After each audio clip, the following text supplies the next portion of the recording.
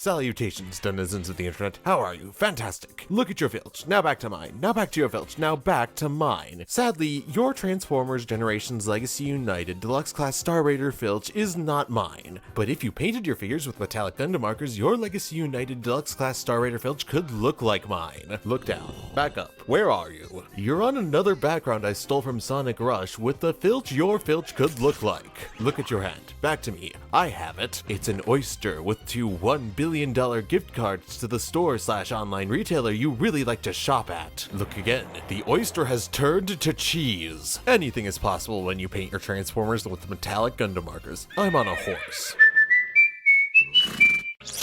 Read the disclaimers, and please use common sense.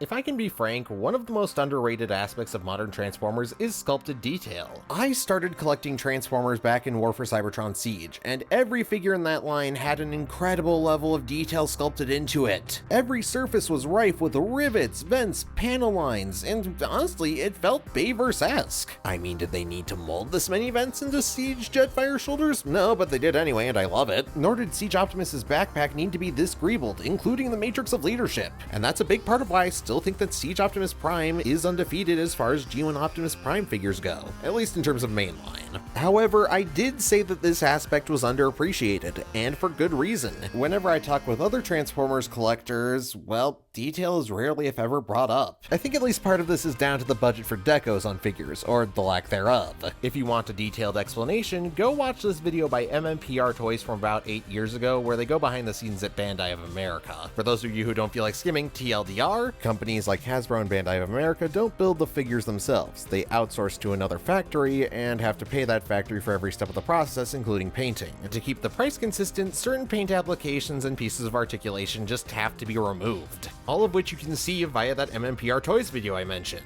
The prototype Zero Rangers had beautiful gold paint that was unfortunately swapped out for butterscotch plastic in the final release. So that leaves us with two options. Either A, we wait for the premium release, or B, we do it ourselves. A prospect that many find less approachable than landmines. It's an intimidating prospect, but it doesn't have to be. So if you've ever found the idea of customizing Transformers intimidating like I did, then this video is for you, because it's hopefully the first of many episodes in a new sub-series of It Figures that I'm calling Brushing Up, a series dedicated to making the prospect of customizing Transformers easy, approachable, and fun.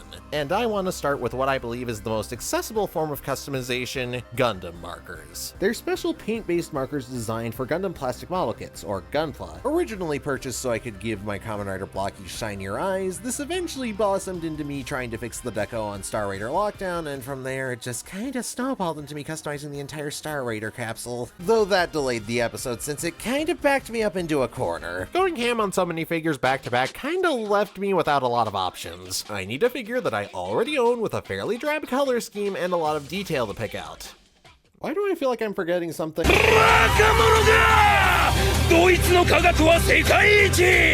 Oh yeah, I have BotCon Blast Charge! This might be proof that my memory is as watertight as a sponge, but hey, a dub's a dub. Do be warned, I won't be showing every single step of the process, but I will show you everything you need to get started. The first step, and this is somewhat negotiable, is disassembly. You need to take the figure apart. Taking the figure apart ensures that we have more control over what we're painting. I only said somewhat negotiable because it's really all dependent on the kind of customizing you're doing to the figure. I know I'm kinda just brushing over this subject, no pun intended, but I feel this step is somewhat context sensitive. I probably won't make it for a while, but I think I'm gonna do an entire episode dedicated to just how to disassemble figures for customizing. But that ain't happening until I can remove pins consistently. I need to fix the fact that Legacy Armada Starscream was made with no screws. Next step is give the parts or the complete figure a bath. This is a non-negotiable step because your figure probably has dust and grease on it. All paint has a high opinion of itself. It will not cooperate with dust and especially grease. After you're done washing them, let the parts dry completely. Paint only likes sticking to solids, not liquids. Now, most professional customizers will tell you that your next 2 steps are to sand down the figure and then to apply primer. Not today, Satan. According to people on r/Gunpla with more experience than me, you don't need a primer in order to paint with a Gundam marker. Plus, sanding is something better left to professional hobbyists rather than people who are just looking to have a fun time like me. Next thing you have to do with your new Gundam marker is give it a few spirited shakes. I've got no idea what this does, but I see everyone do it, so it must be important. Then you want to find a clean plastic surface and start pressing down on it until paint starts coming out of the tip. I recommend doing this on the lids of storage bins primarily because, well, 1, you're not going to eat off the lid of a storage bin, and 2, a storage bin is made for function, not form. No one is going to complain if the top of a storage bin is covered in paint marks. Now that the paint's flowing, just take it to the detail you want to paint and start rubbing the marker against it. It'll start coating the plastic and it will make the detail shine all that much more. Now at this point you might think you know everything you need to know about how to customize your toys, but to that I say, whoa Nelly, slow the hell down! Unless you plan on entering this figure into a customs contest, this isn't a race against the clock, especially because you probably want that paint to dry. I really can't recommend this enough, especially for people who want their work to look competent. Getting at least 1 extra coat in is a non-negotiable step of the process. Think of it like this: when a sponge absorbs water, it gets bigger, but as it loses that water, it shrinks. The same thing happens to paint when it dries out. It shrinks. Believe me, it's one of the easiest beginner's traps to fall into. A paint coat looks like it covers everything evenly, but when it dries, suddenly it doesn't cover as much as you thought. If you want to avoid making a faux pas like this, I suggest you find something to do while you wait for that coat to dry. Do anything that keeps you from touching the paint, like animating this abomination. Believe me, the patience and effort is worth it when your friend tells you that if they hadn't known that this was a custom, they would have believed it was an official product. And I cannot begin to tell you the elation this text message brought me. But what happens if you get the Gundam marker paint somewhere you don't want it to be? We're all human and we all make mistakes. It's understandable when most Gundam markers aren't designed for precision with fine tips. Now I'll specifically talk about panel lining in a future episode along with my favorite tool for doing it, the 0.05mm micron pen, but I used the regular old Gundam markers when I highlighted all the cracks on Legacy United Thundertron. So how did I get them all so clean, you may be asking?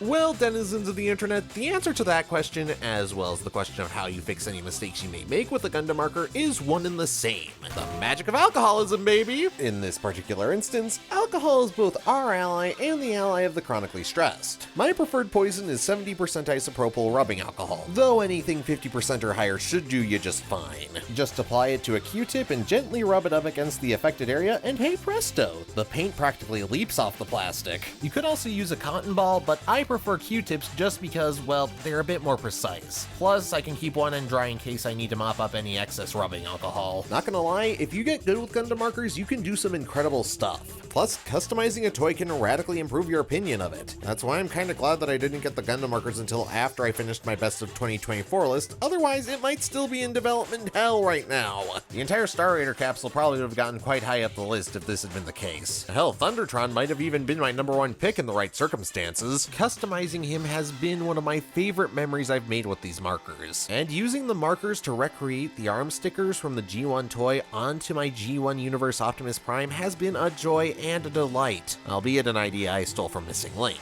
And if you aren't feeling the metallic Gundam markers like I was for whatever reason, I've got good news for you. There are plenty of other colors available from this line. And the last thing I want you to know is that you should never be afraid to fail. A mistake is just a sign that you have room to grow, not a condemnation of you as a person. And I think that's a good ending point for this episode. This video was a lot of fun to make, and I can't wait to make the next episode of this series. Granted, I will be taking a bit of a break between this and the next time I talk about how to customize figures, because I don't want this to just become the Customizing Transformers show, but I will revisit this subject for the sake of variety. With that being said, this is Firebite27, over and out.